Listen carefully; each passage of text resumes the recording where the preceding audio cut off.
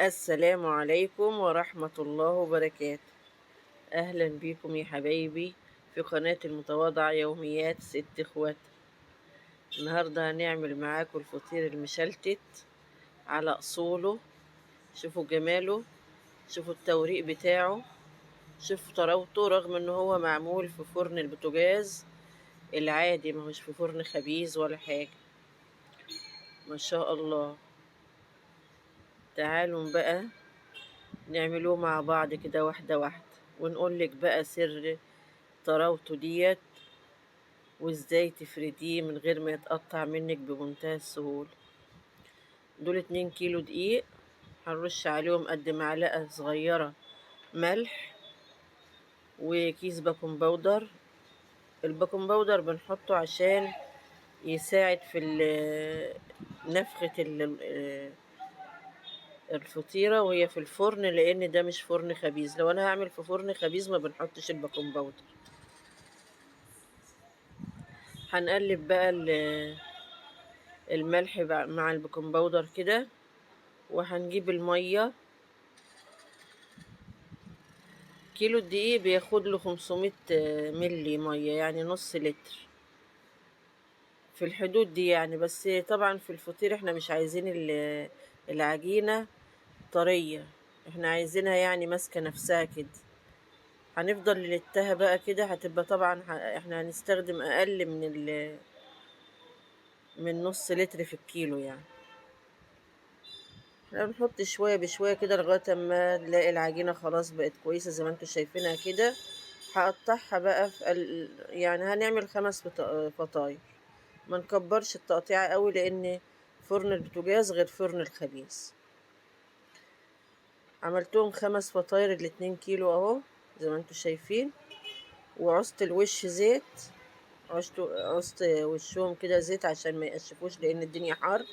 وجبت قماشة برضو مبلولة وعصرتها وغطيتهم كده وحركنه قد ساعة او اكتر. ما تخافيش ان هو مش هيقشف طبعا لان انا حاطه القماشة مبلولة. سيحت سمنة، هي سمنة خليط بلدي على يعني اللي هي الصناعي.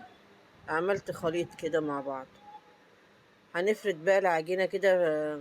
مسحت الرخامة بزيت عشان يسهل عليا عملية الفرد.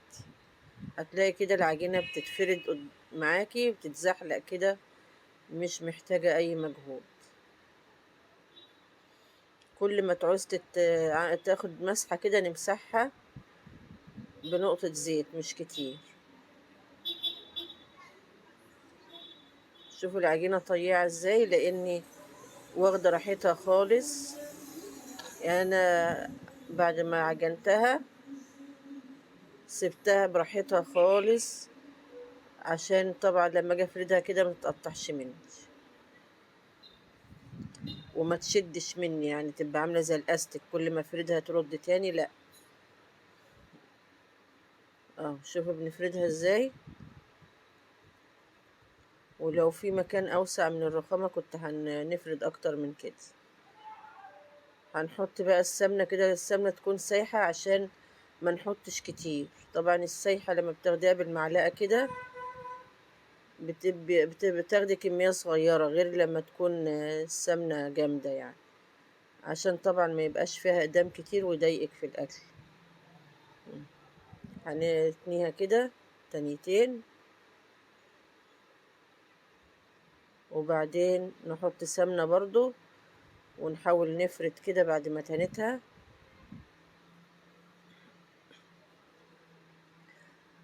عشان تبقى الطبقات رهيفة. هندهن سمنة كده وبعدين نتنيها كمان طبقة. اه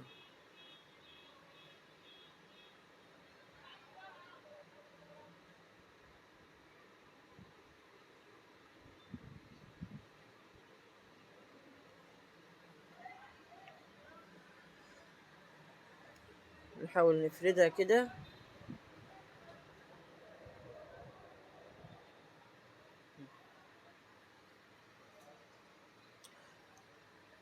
شو عملتها مستطيل طويل وبعدين برضو تانيتها تاني.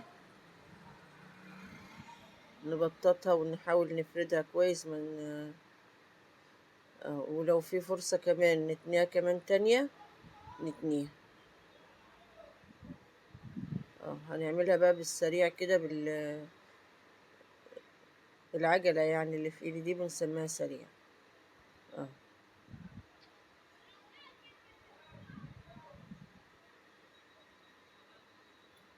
كل ده بيساعد على ان الطبقات تبقى رهيفة.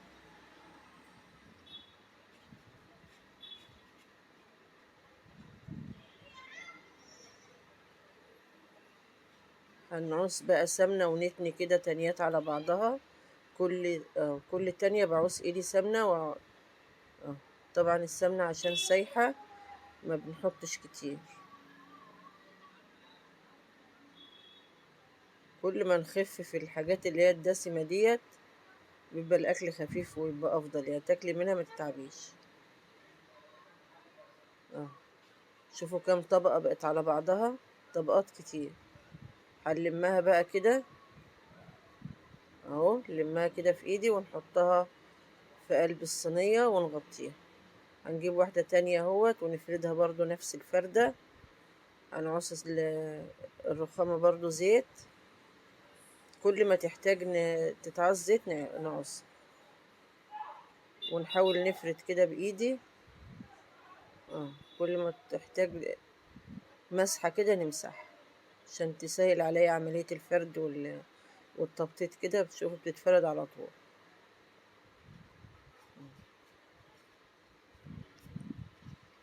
السمنة بس منها كان فيها مرطة، فتلاقيها بتبقى فيه كده ايه، بيبقى فيها المرطة سمرة، يعني لأني ما كنتش مصفيها. نفردها بقى كده، شوف العجينة لأنها واخدة راحتها خالص في الفرد، قبل ما نيجي نفردها يعني انت طول ما انت حاطه لها القماشة اللي هي المبلولة ديت ما بتقشفش خالص، متخافيش عليها مهما تكون الدنيا حر، عمرها ما هتقشف.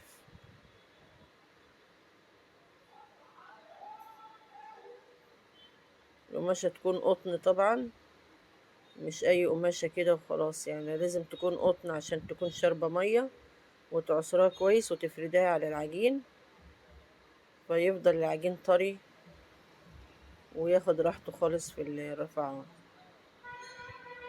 حط السمنة كده، شوفوا السمنة لأنها سايحة خفيفة تبقى خفيفة، بتاخدش أمسح كده ما تاخدش كتير. إنها نصين، وبعد ما بتنيها برضو بحاول أفردها تاني.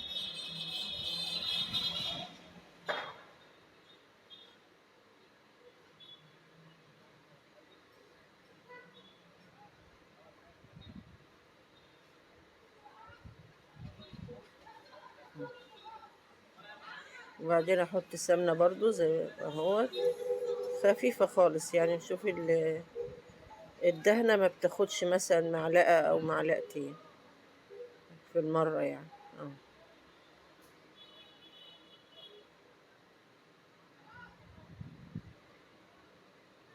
تاكلي منه بقى ما يضايقكيش خالص، لأن الحاجات الدسمة دي بيبقى لها حدود برضو.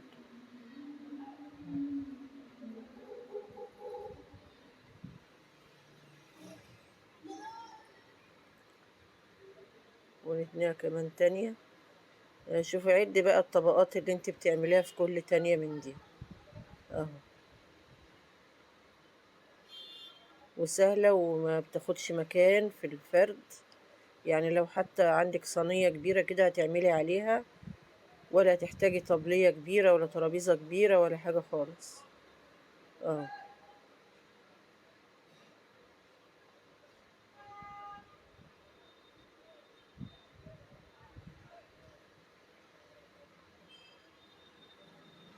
نفردها برضو وبعدين نتنيها كده. اه بنعصها سمنة طبعا وانا بنفردها كده، نحاول اللي هي ما تبقاش في اي حتة مكلكعة، واتنيها طبقات كده على بعضها. شوفوا كام طبقة بتتنى كل واحدة من ديت.